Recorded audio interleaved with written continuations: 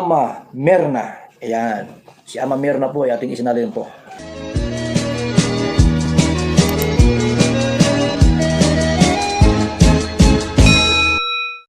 Nako, ito na, magre-react na naman po ako dito.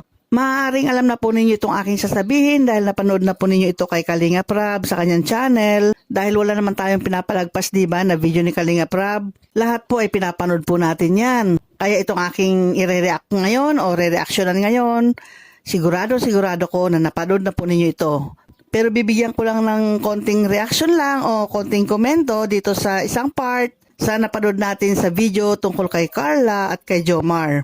Pero bago ko umpisahan, syempre pakidalaw po muna o pakidalaw po ulit yung channel ni Kalinga Prab dahil doon ninyo mapapanood ng buong buo itong aking sinasabi sa ngayon. Puntahan po ninyo ang channel ni Kalinga Prab. At tapusin na rin po ninyong panoorin itong aking video po dahil konti lamang po ito. Salamat! Alam po ninyo na nung birthday ni Carla, diba, nung debut niya, may regalo sa kanya si Jomar. Napansin po ba ninyo nung last part na ng video? Nung nagkaroon na ng fireworks, nung tapos na masindihan yung mga fireworks, nagbigay ng regalo si Jomar kay Carla.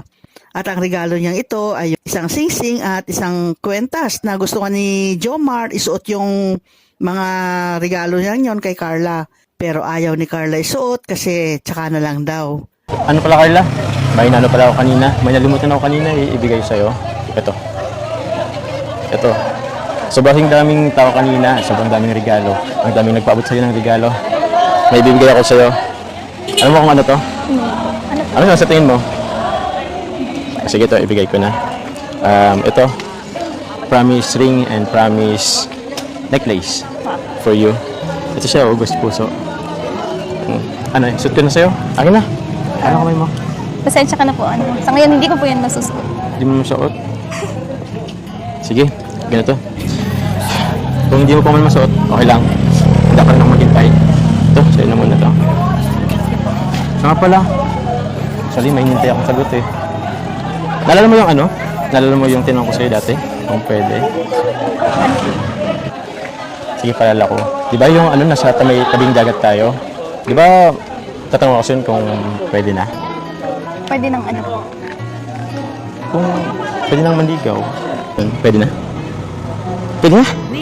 Yes! Woo! Dahil pag isinot ni Carla yon, ibig sabihin, yung time na yon, tinatanggap na niya si Jomar, di ba?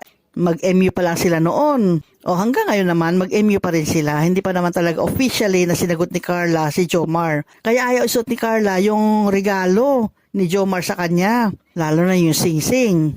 O, tsaka na lang daw, sabi ni Carla. Pero itong huling pagdalaw nga nila Jomar sa bahay nila Carla ay mukhang may napansin si Jomar. Panoorin po natin ito.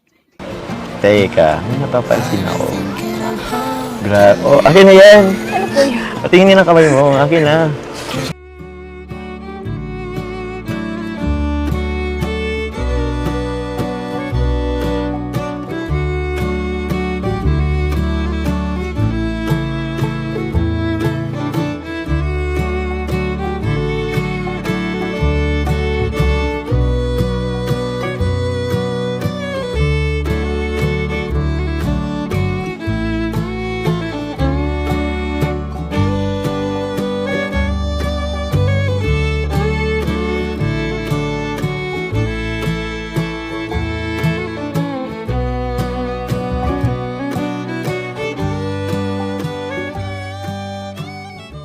O, diba? Naku ha, alam ni Jomar kung ano yung suot ni Carla na sing-sing. Kasi siya nagbigay nun eh. Alam niya yung design, alam niya yung itsura.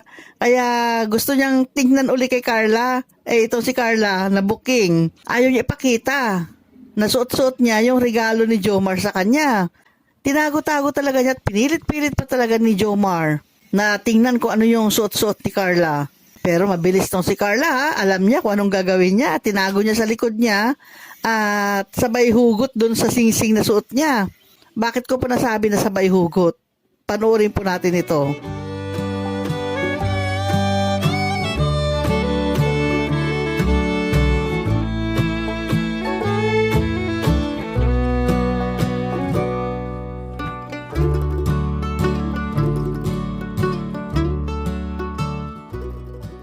Ayan, pinakita na nga niya yung daliri niya kay Jomar.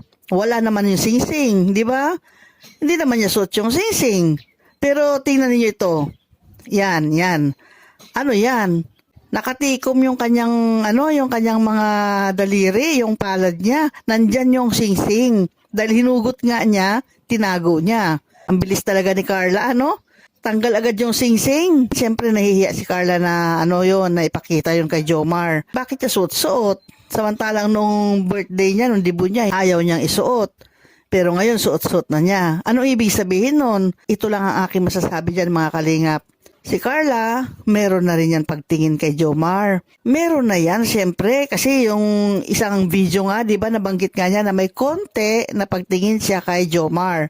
Pinagdidiinan pa niya na konti, sabi niya, meron daw konti lang. Konti man yan, at least meron pa rin pagtibok ng puso yan, di ba? Buhay na buhay yung puso niya na may konting pagtibok doon. Sa part ng puso niya, nandoon si Jomar. Kaya isinuot niya yung singsing dahil kahit papaano, appreciate niya o may pagtingin na rin siya o mahal na rin niya si Jomar. Kaya isinuot niya yung singsing na yon. Dahil ang isang tao, pag walang pagmamahal sa isang tao, bakit may susuot ang isang bagay na ibibigay sa'yo? Kung galit ka sa isang tao, huwag mong isuot yan. Dahil ayaw mong maalaala yung mukha ng taong kinakagalitan mo, di ba? Pero si Carla, hindi yan galit kay Jomar. Mayroon siyang pagtibok diyan kay Jomar. Kaya nga suot-suot na niya yung singsing eh. Palagay ko hindi lang konti ang pagtingin niya kay Jomar. Mga 50% ganon, 50-50 na yung kanyang pagtingin dyan kay Jomar. Pero pasasaan ba? Sa patuloy na panliligaw ni Jomar sa kanya, patuloy na pangungulit ni Jomar sa kanya, magkakaroon na ng malaking porsyento sa puso ni Carla si Jomar. Ayan, confirm na nga mga kalingap na si Carla ay suot-suot na niya yung singsing na ibinigay ni Jomar sa kanya. Kaya, ayan, abangan natin yung susunod dahil alam naman natin talaga na si Carla ay mahal na rin niya si Jomar. Lalo na si Jomar, mahal na mahal niya si Carla. Bagamat yan ay for entertainment lamang na content, pero sa totoong buhay, meron na yan. Aminin. Kaya abangan po natin yung susunod na kaganapan kung yung singsing na yan ay suot-suot pa rin ni Carla.